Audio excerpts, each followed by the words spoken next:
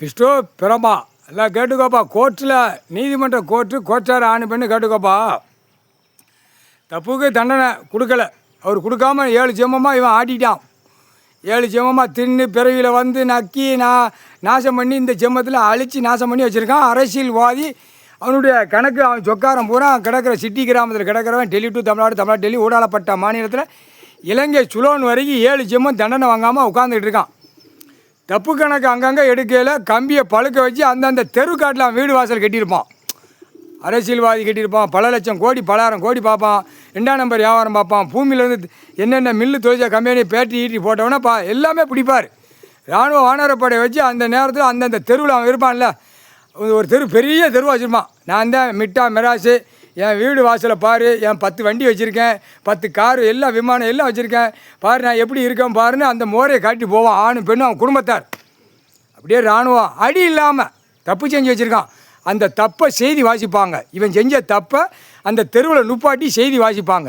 செய்தி வாசித்த உடனே இராணுவ வீரர் தான் செய்தி வாசிப்பான். கம்பி அடி கிடையாது, அடி கொடுத்தா கத்திடுவான். எல்லாமே என்ன அடி கொடுக்காம அடி இல்லாத தண்டனை. அப்போ கம்பி பழுக்க வச்சு தின்னு கழிக்கான். அந்த திங்கிறதுக்கு தான் அழிக்கான். அழித்து நாசம் பண்ணி கழித்து விட்டுருக்கானா அந்த கழிக்கிற இடத்துல அந்த ஓட்டையில் கம்பியை பழுக்க வச்சு சொரு விடாங்கிற கணக்கு 8 7 ஓலைச்சோடு கணக்கு இருக்குது. அதான் தக்க தண்டனைங்க. தக்க தண்டனை கொடுக்கலங்காரா. இப்போ தக்க தண்டனை போட்டார்.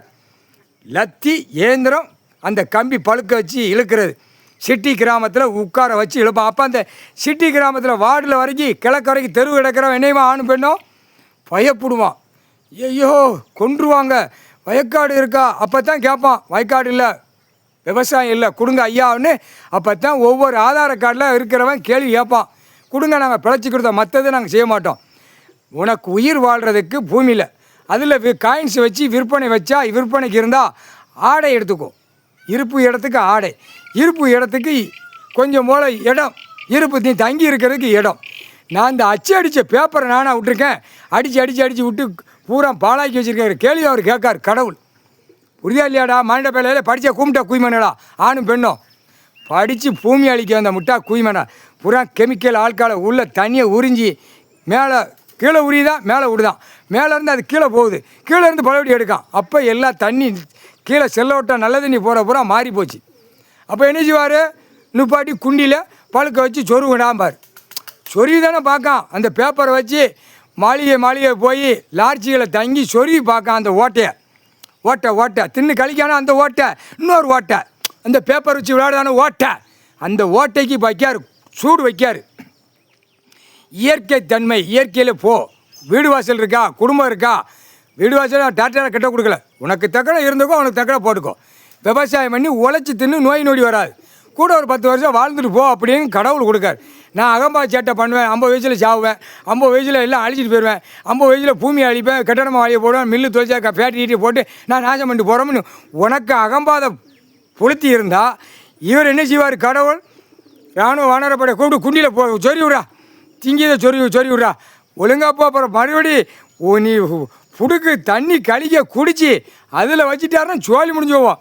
இப்போ தின்னு கழிக்கிறதுல தான் தண்டனை போட்டிருக்காரு. ஒழுங்கா போ. தமிழ் வார்த்தை, தமிழ் மொழி, தாய் மொழி, நீ பிறந்த மொழி, எல்லா மொழியிலும் தமிழ் வார்த்தையில் கொடுத்தாச்சு. மண்ணில் உழுதடா, அந்த தாய் பாசத்தை வச்சு தாண்டா போகணும். மானிட பேலை பேப்பர்னு இடம் விற்கிறவன் புறக்கருக்கு இன்னைக்கு கணக்கு எழுதிட்டாரா. மற்ற அம்புட்டு குய்மனும் பிறக்கி குண்டியில் சொறி விட்றாம்பார். அந்த நேரம் தான் பிடிப்பார். ஏன்னா அகம்பாத சேட்டை கைலாசத்தில் அவ்வளோ தூரம் இன்னைக்கு வரைக்கும் நடந்துக்கிட்டு இருக்கு. இந்த புறக்கர் புளிச்சி தான் கூட்டிக்கிட்டு ஓட்டிக்கிட்டே ஆடிக்கிட்டே வரான்ல, வீடு தேடி தடவி அந்த தெருவில் புறக்கர் பெண்ணுன்னா இந்த தண்டனை சொறி விட்றா, அந்த கம்பியை பழுக்க வச்சு சொறி விட்றா. அப்போ தான் அடுத்து வர்ற ஜென்ரேஷன் ஒழுங்காக பயந்து போவான். கம்பி பழுக்க வச்சு தின்னு கழிக்கிற இடத்துல சொருகிடுவாங்க, சூடு வச்சுருவாங்கன்னு சொல்லி போவான்.